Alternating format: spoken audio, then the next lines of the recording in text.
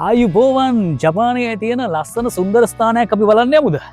ඒ තමයි ගිනි කඳුවලින් ගලාගෙන ආපු ලාවා වලින් නිර්මාණය වුණු ගල් තියෙන හරි ලස්සන තැනක්. අපි එහෙනම් බලන්න යමු. මේ තමයි ජොගසකි. දැන් අපි ඉන්නේ මෙතන. ඇවිදගෙන යන්න තියෙන්නේ. අපි යමු.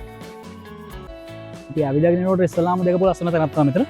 දැන් මීට වඩා ලස්සනයි තව ඉස්සරහට යන්න දින තැන.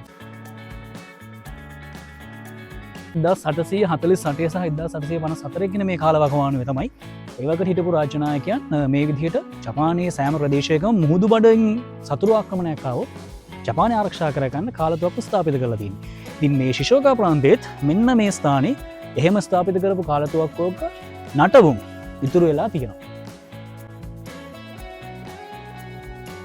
අඩි 1.5ක් විතර උස තමයි මෙතන තියෙන මේ බැම්ම. ඒකෙන් පහළට අඩි 300-400ක් විතර ගැඹුරු හෙලක්.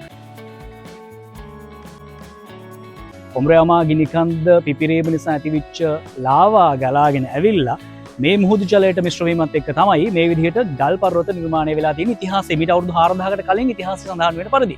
හරිම ලස්සන වතුරක් මෙතන තියෙන මේ මුහුදු වතුර. ඒ වගේම තව කාරණයක් තමයි මේ පාලම.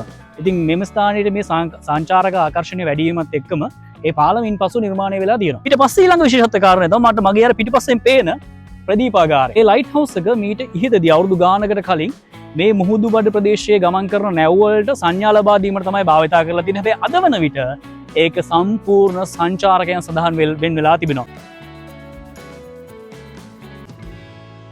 හෙල්ලෙන කොටත් පොඩි බයක් දැනෙනවා. හැබැයි ඉතින් ඒක වෙන ට්‍රිල් එකක්. ඒක වෙන වයිබ් එකක්. ඉර බහින වෙලාවට මෙම ස්ථානයට එන්න මේ ජොගසකි ඒක සන්සෙට් එකත් එක්ක හරි ලස්සන view එකක් තියෙනවා කියලා දැනගන්න ලැබුණා. ඒක බලන්න තමයි අපි හවස් වෙලා ආවේ. ඉතින් අපි වෙලාව කොච්චරක් හොඳයිද කියලා කියනවා නම් හවස 4න් පස්සේ ලයිට් හවුස් එකට නගින්න දෙන්නේ නැහැ. දැන් වෙලාව 4:10යි.